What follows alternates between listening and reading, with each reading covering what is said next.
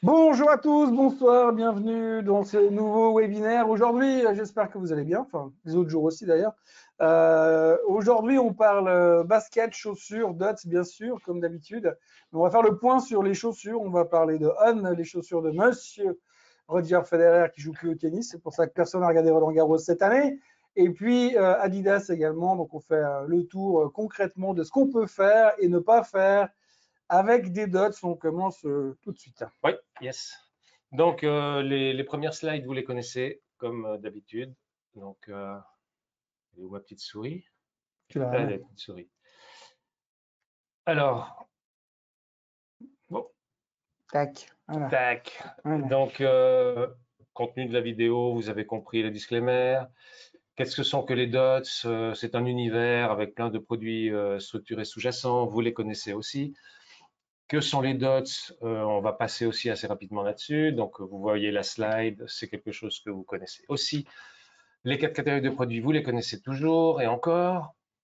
Et donc, la thématique, c'est Cendrillon a trouvé chaussure à son pied, mais laquelle, On ou Adidas? Alors, le gag du jour, on se marre déjà, hein, mais parce qu'il n'est pas drôle. Donc, Cendrillon, bah, c'est une Polonaise, et puis elle a gagné Roland-Garros, et puis elle était habillée de pied en cap avec On. Donc, elle a trouvé On. L'agenda, donc un petit peu parler du marché des chaussures de sport, On Holding et Adidas. On, pourquoi est-ce nous avons choisi cette thématique? C'est parce que lors de notre dernier webinaire, il y avait une question qui avait été posée par rapport à On. Moi, j'étais un peu sceptique parce que j'avais mes petites idées, préconçues d'ailleurs, alors que Thomas, lui, était plutôt bullish, donc ça correspond un tout petit peu à ce qu'on va vous présenter. Est-ce qu'on est bullish ou bearish? Ben, ça dépendra de votre attitude et donc votre choix de produit. Alors, le marché mondial des chaussures de sport, quelques bullet points. Donc, juste comme ça, le Vietnam, c'est le troisième fabricant mondial de chaussures après la Chine et l'Inde. Donc, on a bien compris que les chaussures que vous achetez ne proviennent pas du magasin d'à côté où il y a un bottier. C'est fini, ça c'est très très fini. Donc ne soyez pas surpris si vous payez 250 francs suisses une chaussure qui a été produite en Chine pour moins de 2 francs.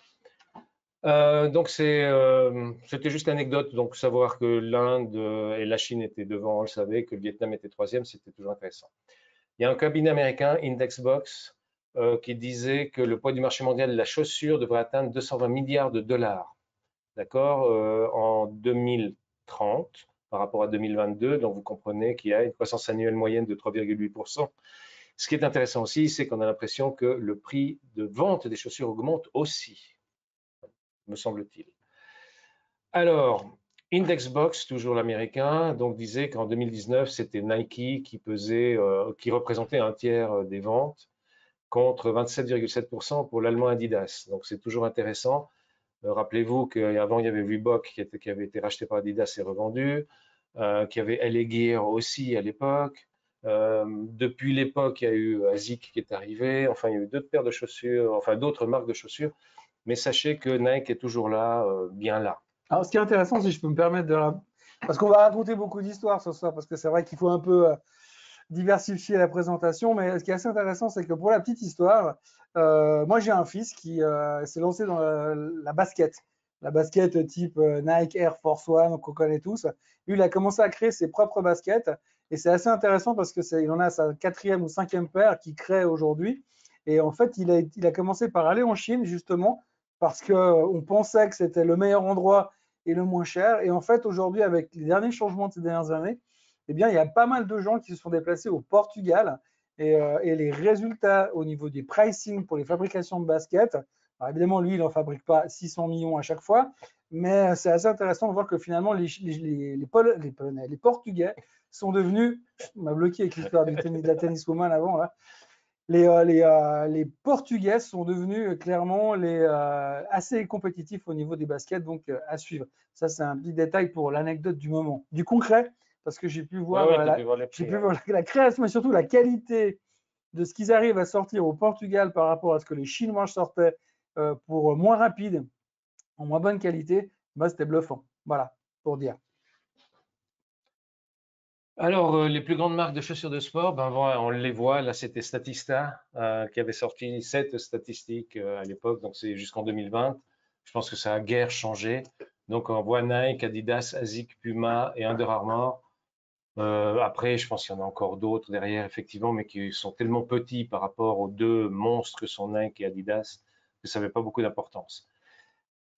La valeur prévisionnelle du marché des chaussures, d'accord, en milliards de dollars, donc c'était Statista aussi, donc c'est la même source d'information. Donc vous voyez qu'il y a cette progression. C'était une manière de montrer la progression des ventes. Rappelez-vous, dans la première slide, on parlait de 3,8% jusqu'en 2030, de 2022 à 2030. Donc là, vous voyez un petit peu la progression. Donc c'est en milliards de dollars des États-Unis, pour si jamais les gens pensaient que c'était un dollar martien.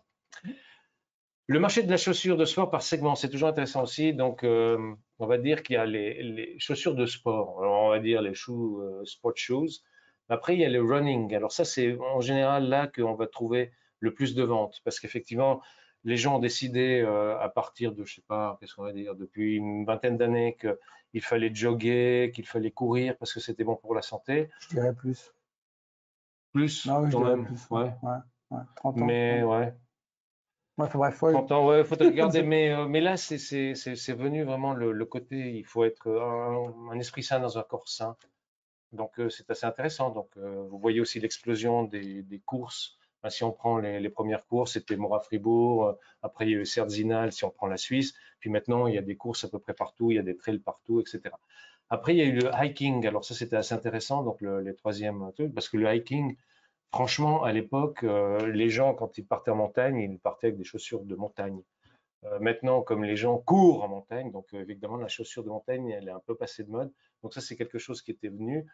Maintenant, l'aérobic et puis le côté gym, donc le côté fitness et compagnie, c'est quand même aussi relativement important. L'aérobic, on se rappelle des grandes vidéos magnifiques Non, avec toi, les tu belles te rappelles. françaises. Ouais. On se rappelle, nous, mais je suis pas sûr que tout le monde se rappelle, hein. D'accord, Les années voilà. passent quand même, quoi. Donc maintenant, il n'y a pas l'aérobic, mais très tôt le matin, sur une des chaînes françaises, vous pouvez regarder comment pratiquer l'abdos fessier, etc. et le réveil facile. C'est le journal du Hard sur Canal+. Ça, Non, ça c'est sans chaussure. Sans chaussure. Donc on passe sur le Global Running Shoe Market. Donc c'est là où vous voyez vraiment c'est le côté running, donc qui est le segment le plus important. C'est toujours intéressant de le savoir parce que running, jogging, c'est ce côté aussi utilisé pour marcher dans la rue, parce qu'on a l'impression que comme ça a été créé pour courir, ça doit être de facto confortable pour marcher. Ça expliquera aussi un peu le côté on. Donc on, alors la description, alors comme vous le savez, Startup Suisse, les PFL, mais ce qui est intéressant, c'est qu'effectivement, il y a eu des développements et c'est qu'en 2021, le septembre 2021, que la société a été introduite en bourse. Alors pourquoi pas la Suisse? Parce que évidemment, si on veut avoir une dimension internationale au niveau marketing et ce genre de choses, on ne va pas commencer par la Suisse. Le marché est trop petit. Donc c'est pour ça qu'ils sont partis au New York Stock Exchange. Et puis je pense que le fait que Federer soit un des actionnaires, ça a aidé, enfin lui a aidé aussi la société à prendre une dimension un peu plus internationale au niveau de son image. L'entreprise donc utilise du multicanal. DTC, c'était Direct to Customer.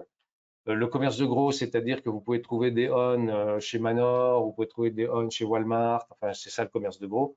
Et puis après, il y a certains de ses propres magasins.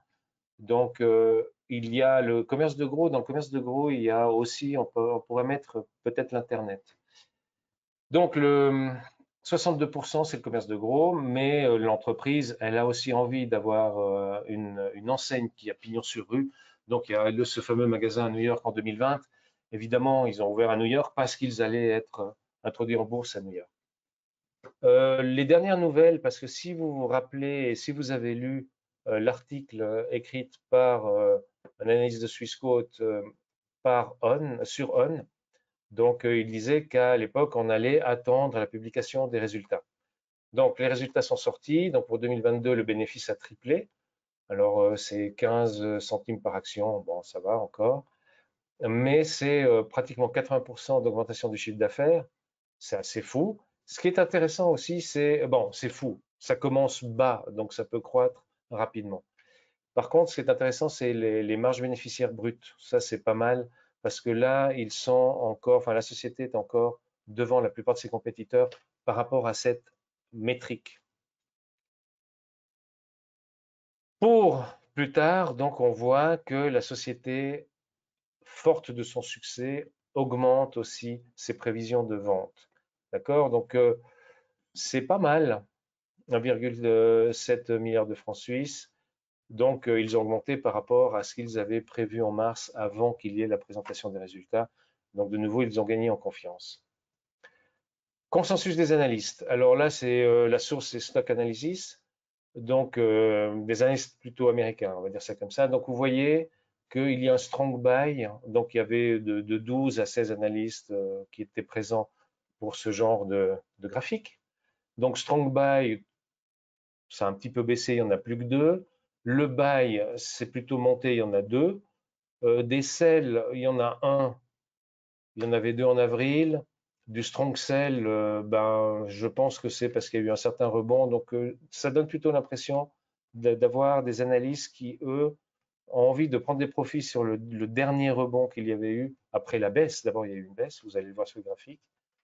Mais ce n'est pas une grosse conviction. Donc, on voit que l'orientation est plutôt en buy.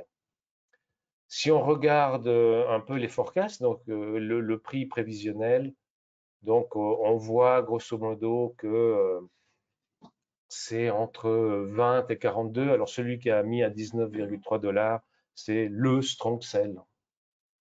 Alors que les strong buy sont plutôt à 42. Donc en average, c'est 31. Alors 31, rappelez-vous de cet average.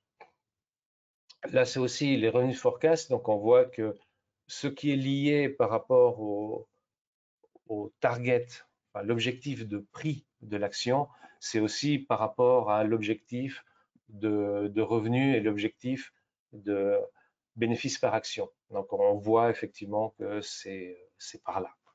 D'accord? Le graphique, alors rappelez-vous, le prix moyen qui était à 31 et des poussières, donc ça voulait dire, alors ça c'est à vendredi, c'est la clôture de vendredi. Donc là, on a commencé depuis 2021, donc le long graphique. Petite barre bleue, c'était juste pour montrer le trend depuis le début 2023, tout simplement. On aurait pu tirer d'autres traits et ce genre de choses. Toi, Thomas, juste le graphique, là, ça t'inspire quoi? Bon, en fait, sur l'historique du graphique, pour l'avoir suivi depuis le début, ben, on a quand même une espèce de hype qui s'est déclenchée à l'époque de l'IPO. Hype principalement due à Roger Federer. Il y a eu un total délire où elle est montée rapidement, je me souviens, mais dans l'espace de quelques jours, à plus de 50 $ pour rien, simplement parce qu'il fallait être dedans, parce que tout le monde a commencé à s'exciter. C'était aussi une époque où les IPO, on avait tout et n'importe quoi qui sortait et les targets étaient chaque fois 50, 60, 80% plus haut. Je crois qu'à la même époque, il y a Coinbase qui était sorti, ça n'a rien à voir, mais il y avait une grosse hype au niveau de ça. Après, on s'est rendu compte que finalement, on avait complètement surpricé On et qu'on a dû à un moment donné, ça m'inspire le fait on a finalement trouvé le juste prix quelque part, qui aujourd'hui, c'est quelque chose qui vaut entre 25 et 30, dépendant de la future croissance qu'on peut espérer. Voilà, ça m'inspire qu'il y a eu une déception sur la hype au début, que les gens sont sortis et qu'on en a très peu parlé pendant pas mal de mois. Et aujourd'hui, ça revient un petit peu dans les cartes parce que finalement, on s'est rendu compte que c'était pas juste un truc qui était là pour quelques jours et qu'il y avait une vraie stratégie derrière et que bah, ça plaisait quand même. Et puis on voit aussi, même simplement en regardant dans la rue, qu'aujourd'hui, de plus en plus de gens les portent, même pour du loisir, pas forcément pour du sport. C'est devenu très fréquent de voir des gens actions de basket. Donc il y a un potentiel. Voilà. Après, c'est vrai, on le voyait sur les recommandations, bah, on est sur le prix target des buys. Donc maintenant, il va falloir délivrer. Et aujourd'hui, les analyses qui ont montré leur enthousiasme, bah, ils ont atteint leur target. Donc, ils vont recalculer le futur, ils vont se projeter pour la prochaine période de résultats. Et à ce moment-là, on verra si ça suffira. Ce qu'il faut retenir aussi, c'est que dans la période de résultats, et ça s'applique à tout le marché en ce moment, on a eu une période de publication pour le Q1 2023 qui était basée sur des analyses qui avaient des attentes très basses. Donc, du Ouais. coup, on a eu beaucoup de surprises à la hausse parce que finalement, c'était moins pire.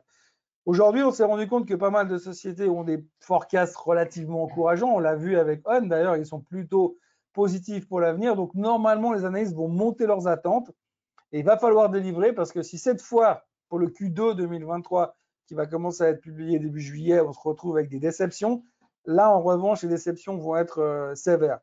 Et c'est vrai, pour terminer, et ce n'est pas que le graphique qui m'inspire ça, mais pour terminer sur cette thématique-là, on sait aussi que On, comme on l'a vu au début, fait face à des monstres en face de lui. Donc, il est clair que pour commencer à marcher sur les plates-bandes de Puma, d'Adidas, de Nike et les autres, ça va être très compliqué et qu'ils font face à un énorme challenge. Alors, est-ce qu'ils vont rester une boîte de niche qui va faire son boulot dans son coin et qui va jamais régater avec le tout grand, ce qui paraît plutôt probable. Mais aujourd'hui, on voit qu'on hésite, mais qu'on n'a pas vraiment encore déclenché une grosse tendance de fond sur On. Et ce graphique, pour moi, m'inspire l'hésitation. Si vous regardez le graphique depuis le mois de mai 2022 jusqu'à fin 2022, donc, il y avait un bas qui était, donc il y a une base qui s'était trouvée vers les 17 $, d'accord, 17,5 à 18. Le haut du range, c'était plutôt 23, 24 $. Donc là, il y a quand même une belle phase de consolidation. Bon, ce graphique, il est pas très long vu que ça a été sorti en septembre 2021. Mais ça montre quand même une base. Donc, a priori, en analyse technique, c'est plutôt une base relativement solide. Donc, on pourrait imaginer que le downside risk, si on devait casser les 27,5, donc cette espèce de barre bleue, maintenant, il faudrait prendre un halo close pour que ce soit un peu plus intéressant, mais pour affiner un peu plus. Mais on se rend compte que c'est pas pour rien si quelqu'un a un strong sell avec un objectif dans les 17-18 $. C'est le bas du range. C'est le bas du range. Donc, c'est rien d'extraordinaire, mais par contre, il y aurait de quoi jouer déjà un rebond vers les 35. Donc, si on imagine qu'on est dans les 31, 32 $, puis on monte à 35, 10% avec des produits à effet de levier, c'est quand même relativement intéressant. Donc, là, on a pris des mini-futurs. Alors, de nouveau, référez-vous à l'article écrit là et publié sur investir.ch. Normalement, c'était le 15 mai, si je ne m'abuse. Donc, j'ai repris là les deux propositions qui avaient été décrites. Donc, c'était des mini-futures longues. Alors là, vous voyez donc en dessous du titre, ONON, donc c'est 22,23 parce qu'évidemment, c'est par rapport au stop loss. Société Générale étant l'émetteur. Donc, vous voyez que le stop loss 24, 23, 22, 23, parce qu'il y a toujours ce différentiel, le différentiel. Pourquoi? Parce que, rappelez-vous, l'émetteur de ce mini-futur finance aussi le fait que ce soit un futur, parce qu'il y a toujours un compte de marge. Donc, il faut le payer, rien n'est gratuit dans le business. Le ratio est de 10, donc il vous faudra 10 de ce produit pour pouvoir qualifier pour jouer le mouvement sur un titre. Voilà, donc ça c'est assez intéressant. Aussi, de l'autre côté, vous voyez qu'une vol est de 20, alors c'est assez intéressant parce que on a des vols qui sont basses dans les marchés, mais individuellement, il peut y avoir des vols un peu plus hautes. Donc, il y a une volatilité de marché, mais il y a aussi une volatilité par rapport à un sous-jacent important. L'effet de levier 3,74, la valeur intrinsèque de 73 centimes, la valeur temporelle, elle est nulle, on va dire ça comme ça. Voilà ce que ça a fait. Parce que ce qu'avait écrit la personne de Swissquote dans l'article, c'était qu'effectivement, on attendait les résultats, on voulait savoir un tout petit peu ce qui se passait. Donc, les résultats étaient magnifiques. Bon, après, il y a aussi les marchés qui baissent parce qu'il peut y avoir des chocs dans les marchés. Donc là, il se trouve que ça a baissé. Donc, longue, c'est très bien. Le problème, c'est que quand le titre baisse, et rappelez-vous l'effet de levier, eh bien là, vous perdez pas mal. Donc, par rapport à cette situation ici, vous voyez, vous passez d'un gain d'environ 25% à une perte de 56% si vous l'aviez acheté au début. Par contre, il y a le rebond. Donc, ce rebond qu'on retrouve, hop, donc on voit que là, il y a eu la forte baisse sur le sous-jacent et depuis lors, il y a eu un rebond. Donc, le rebond, on va dire que ça passe de 26 à 31. Et puis donc, vous voyez que là, vous passez de 35 centimes à plus de 75 centimes. Il faut dire aussi qu'on a passé, quand on revient sur la base, le point extrêmement bas qu'on a fait 25 mai par là autour, on voit très bien qu'on a été pas loin de la correctionnelle, hein, parce que le stop loss était à 24,38. Donc là, on est juste à côté, donc on sent que les prix commencent à bouger très très rapidement à la baisse. Et dès qu'on s'éloigne, on voit qu'on reprend de l'oxygène, c'est le cas de le dire. Maintenant, si vous aviez été une personne plutôt négative, vous dites, ah non, non, moi je joue à la baisse. Parce que là, c'est pour finir, c'était un pari par rapport au résultat. Il faut le dire. Donc, voilà, quelqu'un veut baisser, joue la baisse. Donc, vous voyez, c'est toujours un produit de Société Générale. Et puis, il y a toujours le même ratio de 10. Donc, la personne qui a écrit l'article était intelligente dans le sens qu'elle a choisi deux produits du même émetteur, des strikes qui étaient cohérents par rapport au prix du sous-jacent à l'époque. Et puis, surtout, ben, c'est toujours les mêmes ratios. On compare d'une certaine façon ce qui est comparable. Donc là, vous voyez qu'il y a un niveau de financement à 43,82. Donc, sachez que si on devait toucher les 40,18 qui est en dessus, de nouveau, la différence entre 40,18 et 43,82, c'est le financement, eh bien, là, vous perdez votre produit structuré. C'est exactement la même chose par rapport au call. Donc, C'est le niveau de c'est financement. exactement ce que disait Thomas, c'est que faites attention justement dans les mini-futurs. Donc, effectivement, il y a un stop loss qui vous permet, enfin, qui permet à tout le monde d'éviter de perdre plus que la mise de fonds. Là, on voit que le short, donc rappelez-vous, le 15 par là, ben, tout d'un coup, le titre a commencé à baisser. Donc, il y a eu une forte hausse. Donc, vous seriez parti d'environ, on va dire, 95 centimes jusqu'à 1,60. Donc, de nouveau, le titre baisse de X%, mais avec l'effet de levier, votre produit gagne beaucoup plus ou perd beaucoup plus, soyons très clairs. Donc voilà, ça c'était l'histoire de On. Regardons Adidas. Alors Adidas, ça c'est une autre histoire. C'est une histoire qui est beaucoup plus ancienne et c'est pratiquement une saga. Et je pense que Thomas pourrait écrire un bouquin après Wall Street en Ouais, feu, bien sûr, bien mettre sûr. Ouais, je pourrais. la chaussure. Il y a de quoi faire. On fera ça pour le 4e. Donc ça date des années 20. Adolf, pas Hitler, mais Dassler, fonde une entreprise. Donc c'est assez intéressant, c'est depuis que l'Allemagne humiliée, privée d'armes, rappelez-vous, l'Allemagne ayant perdu la Première Guerre mondiale, c'était un peu compliqué. Donc il fallait, le sport, c'était une valeur nationale, donc mens corpore sano, mais surtout le sport permettait d'embrigader les gens. Donc pourquoi Adi? Ben, parce que voilà, hein, c'est Adolf, puis Dassler, Das, c'est écrit, donc c'est assez intéressant. Donc Adidas AG, c'est 1949, donc c'est le sortir de la guerre. Ce qui est intéressant, c'est que son frangin, le frangin d'Adolphe, lui, je pense qu'il n'était pas content parce qu'il devait être minoritaire par rapport à son frère aîné. Donc, il a décidé de créer une autre marque, c'est Puma. Donc, c'est assez intéressant.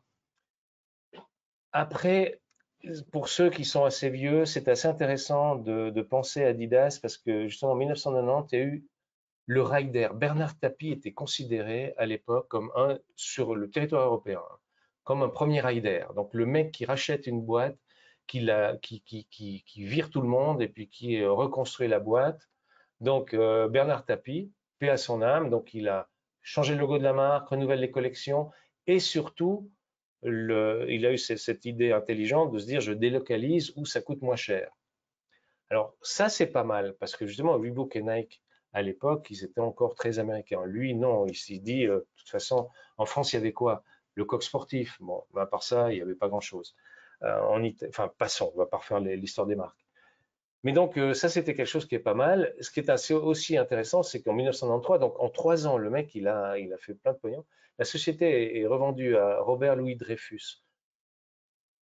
Et en 1995, la société était introduite en bourse. Ce qui est drôle, non, c'est pas drôle, mais enfin, l'idée, c'est que on a une marque de chaussures allemande avec le côté la belle nation aryenne et que ça revienne dans des mains de quelqu'un qui a vécu l'enfer de la Shoah et compagnie. Donc c'est assez drôle, entre guillemets. Autre anecdote, du moment qu'on est dans les anecdotes, Puma, qui était aussi en perte de vitesse, les gens de Puma avaient approché un producteur de cinéma, Arnold Milchan à l'époque, en disant nous, on vous paye si les acteurs de votre prochain film portent Puma.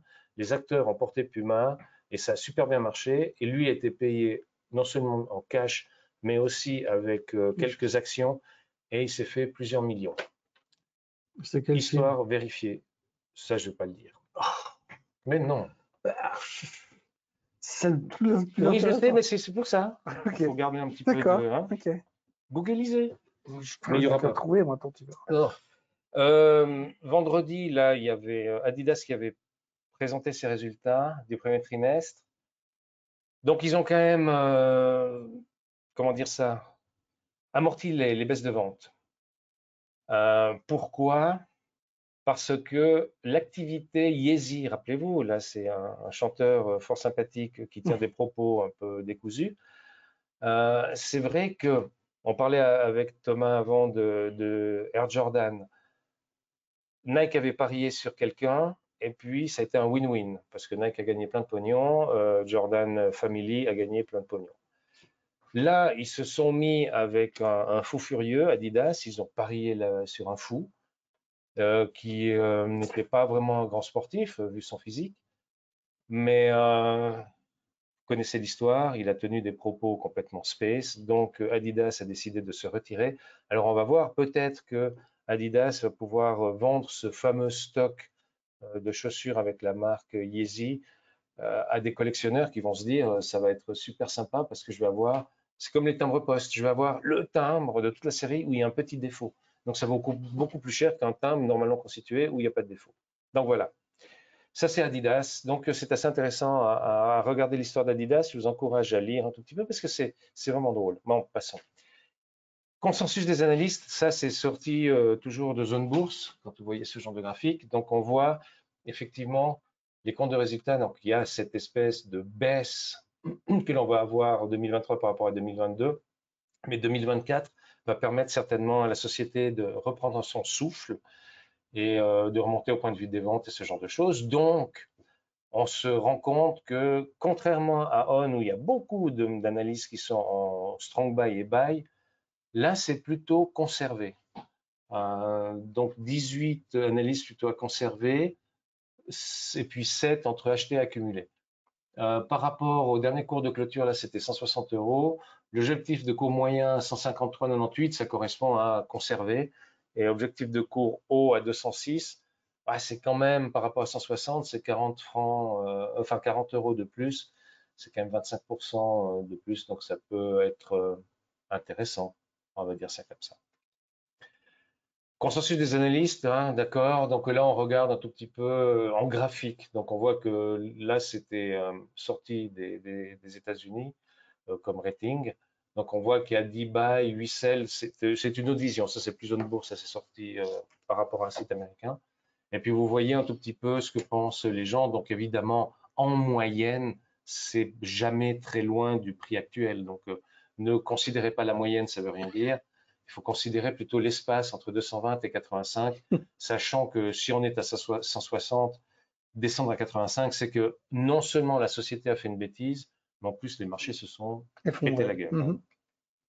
Le graphique. Alors là, c'est depuis 2011, pas depuis 2021. Donc, petite ligne bleue, hein, elle vaut ce qu'elle vaut. On voit bien l'effet Easy. Kenny West quand même. Hein. C'est impressionnant pour une marque de chaussures aussi grosse qui a moins été Hein. impactée par cette espèce de. Bref. Donc, comme quoi l'image est hyper importante. Oui, bien sûr, évidemment. Bah, comme tu l'as dit avant, sur Nike, on sait très bien. Là, on parle pas d'Adidas, mais si on parle de Nike, on voit très bien qu'aujourd'hui, le succès d'une marque peut être dépendante d'une seule personne. Et à l'époque, c'était plutôt, enfin, encore aujourd'hui, heureusement, c'est souvent des sportifs, mais là, en l'occurrence, dans ce monde-là, c'était peut-être pas forcément la meilleure des stratégies, même s'ils vendaient tout et n'importe quoi à l'époque. Hein. Mais c'est vrai qu'on voit clairement que c'est un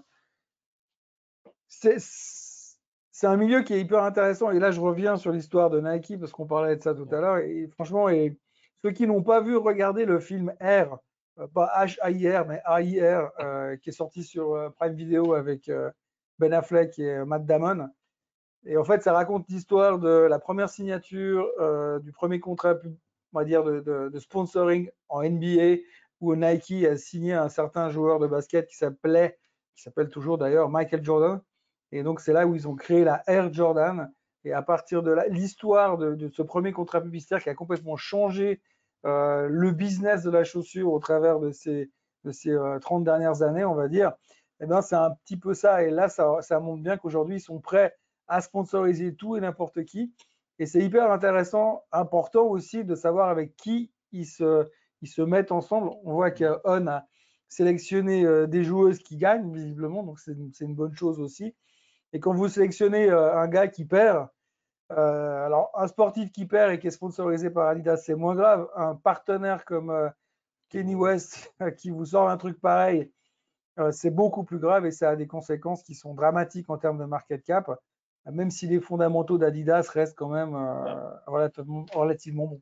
Mais ça démontre de nouveau une vision sociologique, c'est-à-dire que s'il n'y avait pas du wokisme, ça aurait été nettement moins violent que ça n'a été.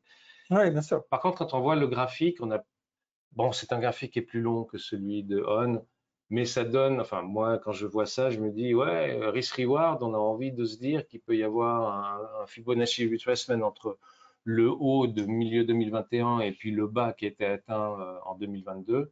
Donc, on se dit, on est quand même passé de 330, on est descendu à 100, même en dessous. Donc, on va dire, on va faire 300, 100, donc il y a 200. Un retracement, c'est 100 plus 100, on pourrait monter à 200. Un Fibonacci, si on prenait, C'est bien, le oui. 50%. Surtout ce qui fait là, quand on voit la partie droite de l'écran, 2016-2023, donc c'est juste, allez, 7 ans, il y a quand même de la vol, hein, parce qu'on est passé par tous Ah les ouais. états. Et finalement, encore une fois, hein, quand on regarde la popularité de la marque, si on enlève l'histoire Kanye West, la popularité de la marque, il faut quand même, Adidas, c'est quand même le sponsor de Messi. Hein, donc, je veux dire, derrière, ils n'ont pas que des guignols dans l'histoire. Et donc, il y a aussi tout ce côté-là où finalement, je pense qu'effectivement, il y a des exagérations massives, mais c'est un titre qui, en tout cas, depuis 6 ans, est sujet aux exagérations. Donc, il y a aussi des opportunités de trading qui sont assez Ça, c'est vraiment spectaculaires. plutôt le côté trading, justement. C'est ça qui Ouais. est marrant. Et puis, comme il y a une histoire, on peut essayer d'individualiser, enfin, de sortir des trades. Alors, regardons Varan. Alors, cette fois, on a pris Funtobel. Alors, rappelez-vous, on est plus ou moins à 160. Donc là, c'est un Varan Call Strike 165. Donc, on est légèrement out of the money, c'est-à-dire que le prix d'exercice est en dessus du prix actuel de l'action. Le ratio est de 100. Rappelez-vous, avant, ce mini-futur, c'était 10. Aujourd'hui, c'est 100. Donc, il faut 100 calls, enfin 100 Varan call pour qualifier sur le prix d'un titre. Il y a une date d'émission. Alors là, c'est un Varan qui a une date d'émission, donc une date de péremption aussi, et c'est donc le 15 septembre 2023. Donc, c'est quelque chose qui a une durée d'environ, qu'est-ce qu'on est? Ça fait juin, juillet, août, septembre, 4 mois. Ça fait 4 mois. Microdata. Microdata. Alors là, vous voyez la vol. Rappelez-vous, avant, dans l'Uni Future, c'était sur 20, hein, sur On. Maintenant, on est à 32,39, donc c'est une autre vol. L'effet de levier, alors c'est 8,60, ça c'est beaucoup plus encore, parce qu'on est aussi out of the money. La valeur intrinsèque, c'est plutôt la valeur temporelle. C'est 9, 9, mais ça vaut pas grand-chose, la valeur temporelle, dans ce cas-là. Le seuil de rentabilité 173, c'est tout simplement qu'il faut additionner le fait qu'il faille acheter ce genre de produit que l'on ajoute au prix du sous-jacent pour dire, ben voilà. Au-dessus de 173, 76, on gagne du pognon. Exactement. Et donc voilà ce que ça a donné le Varan Call. Donc il est sorti en juin 2023, donc il est récent, il y a très peu de jours de trading. Et en très peu de jours de trading, alors ça paraît ridicule parce qu'il coûte pas cher ce Varan, mais rappelez-vous, il en faut 100.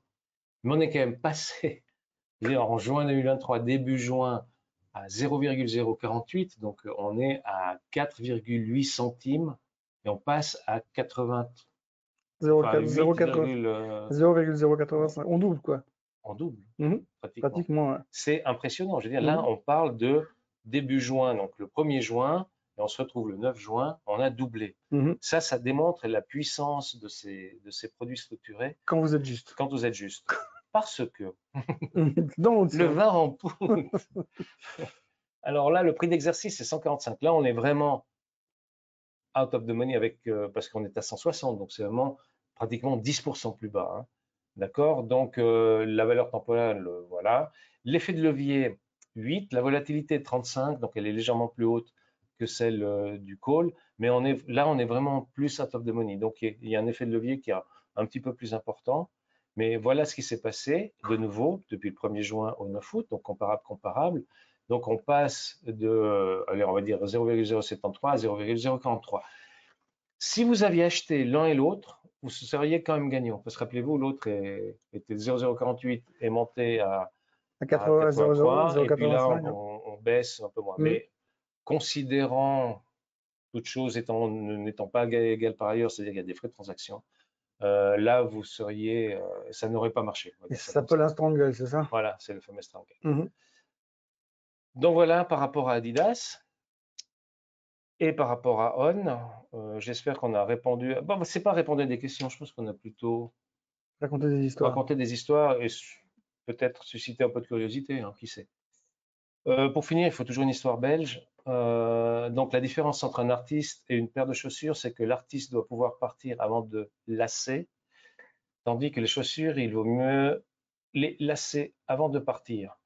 Ça, c'est pour la prochaine dictée de Pivot. De Bernard Pivot. Ouais, pour savoir Il y comment avait la écrire lasser. dictation, exactement, voilà. Absolument. The bar is open for questions. Voilà, si vous avez des questions, on sait que c'est très calme en ce moment et que les gens n'ont pas grand intérêt sur les marchés. On le voit sur les trafics Internet, on le voit sur les vidéos. Mais si vous avez des questions, on est encore là. Si vous n'avez pas de questions, apparemment, Swissquote, ils ont un pub derrière, donc on ira directement au pub. Voilà. Donc soyez client chez Swissquote parce que peut-être ils vous inviteront au pub. C'est la Il touche pub. faut dire que c'est la seule banque que je connaisse qui ont un pub comme ça derrière et c'est vachement sympa. Il faut le noter quand même. Bon, pas de questions. Très bien. Alors, puisqu'il n'y a pas de questions, Astrid, quand même. Alors, là, c'est des remerciements. Donc, la personne qui était intervenue concernant On, non, merci. Ça, c'est bon. Toujours pas de questions. Merci. Pas de problème, on est là pour ça. On va faire de notre mieux pour répondre quand on peut. J'en profite puisque pour l'instant, il n'y a pas de questions. On va garder encore l'antenne 2 minutes, voir si ça vient entre deux. J'en profite pour vous rappeler que nous, on n'a plus de webinaire pendant cet été, je pense. Non. On reviendra au mois de septembre. J'en profite aussi pour ceux qui ne sont pas au courant, malgré le matraquage médiatique.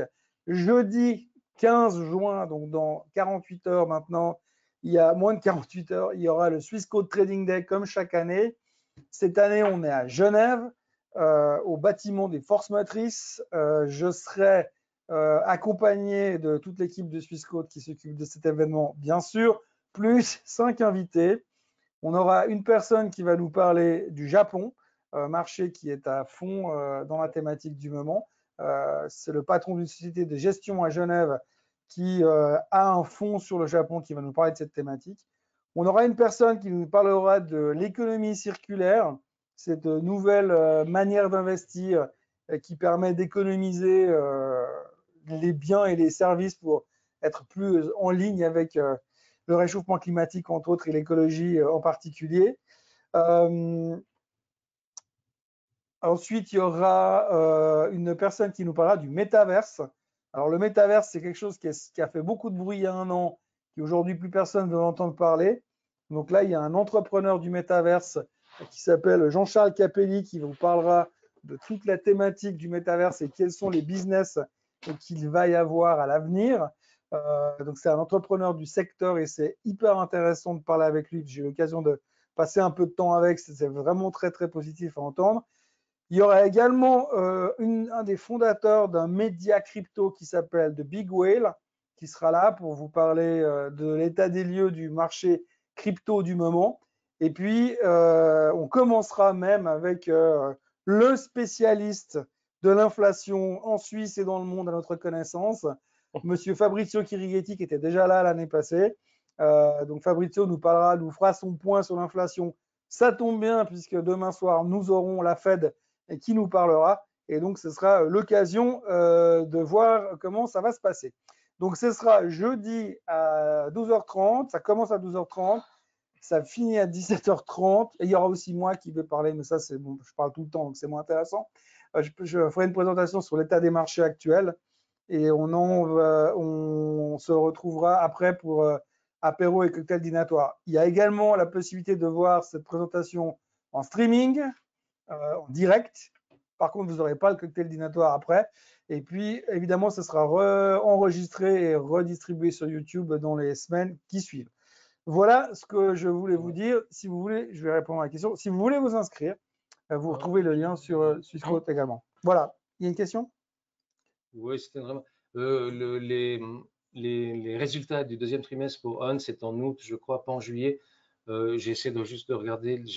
Je sais pas. Enfin, c'est certainement pas en juillet. Vous avez raison. Donc, ça restait d'être en août. Je pense pas les avoir mentionnés. Enfin, Non. voilà. Ouais. Ouais, c'est moi qui parlais c'est moi qui parlais des résultats du Q2 qui sortent à partir de juillet. La saison commence la première semaine de juillet, mais ça s'étale jusqu'à fin août. Donc, j'ai pas en tête effectivement la date de sortie des résultats. Alors là, on va essayer de répondre à la question, mais si on prend la vue hélicoptère, est-ce que les autres actions sportives suivent le même trend que la chaussure de sport? Ça sera compliqué parce que le ski, bon, vous me direz, dans Adidas, il y a aussi des skis, hein. Il y a Salomon. Mais après, ça dépend ce que c'est qu'une action sportive.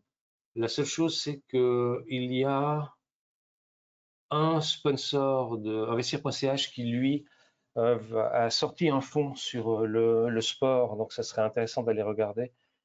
Bon, je ne vais pas citer le nom parce que ce n'est pas le propos, mais c'est compliqué parce que le sport, on va dire, le 24 heures du Mans, Ferrari a gagné. Est-ce que c'est une valeur sportive? Non, c'est automobile, mais d'une certaine façon, elle est liée au sport. Certains diront que c'est du luxe même. Ouais, ou du luxe, voilà. donc là, ce serait très compliqué. Non, je pense que chacun, c'est-à-dire que lorsque l'économie va bien, les gens ont tendance à dépenser plus d'argent dans le sport parce que c'est un luxe.